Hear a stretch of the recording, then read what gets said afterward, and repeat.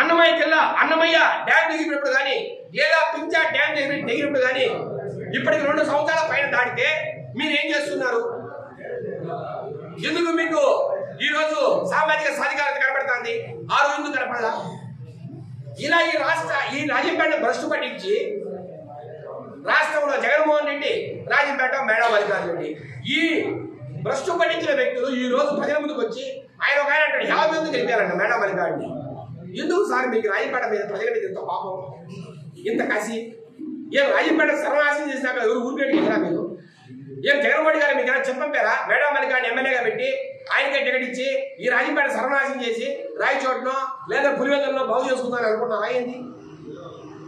రాజంపేటకు 2014 నుంచి 19 దాకా ఎమ్మెల్యేగా ఉన్నా ఆ రోజు కేవలం నారా చంద్రబాబు నాయుడు గారు దయతో ఈ కడప జిల్లాలో ఒకే ఒక కాన్స్టిట్యున్సీలో గెలిచారని తెలుగుదేశం పార్టీ ఆ రోజు 600 నుంచి 700 కోట్ల రూపాయలు నిధులు మంజూరు చేసిన వాస్తవం. ఒంటిమిట్టకు బ్రహ్మోత్సవం జరపడానికి ఒక స్టేట్ ఫెస్టివల్ గా ఆ రోజు అప్రూవ్ చేసే మాట వాస్తవం. ఒంటిమిట్ట చెరువు కొన్ని 10 సంవత్సరాలుగా ఖాళీగా ఉన్న చెరువును నీటితో నింపి నిండుగా కలకలాడించిన వ్యక్తి నారా చంద్రబాబు నాయుడు గారు.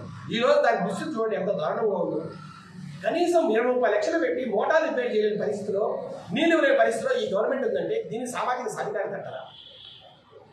100 కోట్ల రూపాయలు పెట్టి టీటీడీ నిధులు పెట్టి కోదండ రామాలయం చుట్టూరు బాగు చేయాలని ఆ రోజు నారా చంద్రబాబు నాయుడు గారు తలపెడితే ఈ రోజు మీరు గాలి కొట్టి వదిలేసే మాట వాస్తవం కదా? 1 రూపాయినా ఈ గవర్నమెంట్ ఖర్చు పెట్టారా? ప్రతిపాదన ఏమని? అట్లాగే రాజంపేటలో 100 కోట్లతో మాస్టర్ ప్లాన్ తయారు చేస్తామని ఎమ్మెల్యే గారు, ఆయన మున్సిపల్ చైర్మన్ పోలా శ్రీనివాస్ రెడ్డి గారు మీటింగ్లు పెట్టి బాగా కొడతారే. 1 రూపాయి అయినా ఈ రాజంపేటకు వచ్చిందా? కనీసం అన్నమయ్య డ్యామ్ ఎత్తిపోయి అక్కడున్న పంప్ స్టేషన్ రాజంపేటకు నీరు అందించాల్సిన పంప్ స్టేషన్ ఎత్తిపోతే దానికి నిధులు ఏమైనా వచ్చాయో చెప్పండి.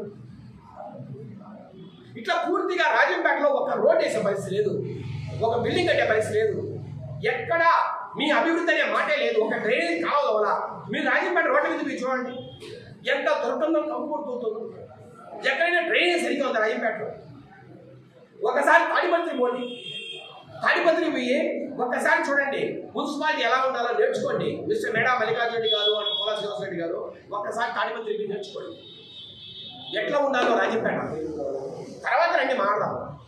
నిన్నటి దినం అంజద్ బాషా గారు ఏదో పెద్దగా చేసినట్టు రాష్ట్రానికి ఆయన మంత్రి అయినంత మాత్రాన, డిప్యూటీ సీఎం అయినంత మాత్రాన ఆయన చేసింది ఏం లేదు, ఒరిగింది ఏం లేదు, వాళ్ళ ప్రభుత్వమే ఏం చేయలేనప్పుడు ఆయన ఏం చేస్తాడు? అయ్యా అంజద్ బాషా గారు 30,000 ఎకరాలు వక్బోర్డ్ ల్యాండ్స్ అన్యాక్రాంతం అయిపోతున్నాయి, అందులో సగం అన్యాక్రాంతం అయిపోయినాయి. దానికి ఏం సమాధానం చెప్తారు? ఎన్ని షాదీఖానాలు కట్టారు మీ ప్రభుత్వం వచ్చినప్పటి నుంచి? దానికి సమాధానం ఏం చెప్తారు? ఉన్న కళ్యాణ మండపాలు పూర్తిగా పాడైపోయినాయి, మైనార్టీ కళ్యాణ మండపాలు, షాదీఖానాలు, దానికి సమాధానం లేదు. వక్బోర్డ్ ల్యాండ్స్ విషయంలో సమాధానం లేదు, విదేశీ విద్యకు సమాధానం లేదు. కళ్యాణ లక్ష్మి అన్నారు, షాదీ ముబారక్ అన్నారు, దానికి సమాధానం లేదు. వడ్డీ లేని రుణాలు అన్నారు, ఇస్లామిక్ బ్యాంక్ అన్నారు. మరి ఇవన్నీ ఏం మాట్లాడుకోకుండా ఏదో మేము అది చేసాం ఇది చేసామని నిన్న రాజంపేటలో పెద్దగా వాదారు. మీరు ఏ సమాధానం చెప్తారు మైనార్టీ సోదరులకు? 2024లో ఏ ముఖం తీసుకొని మీరు మైనార్టీ సోదరుల దగ్గరికి ఓటేయండి అని చెప్పి అడుగుతారు?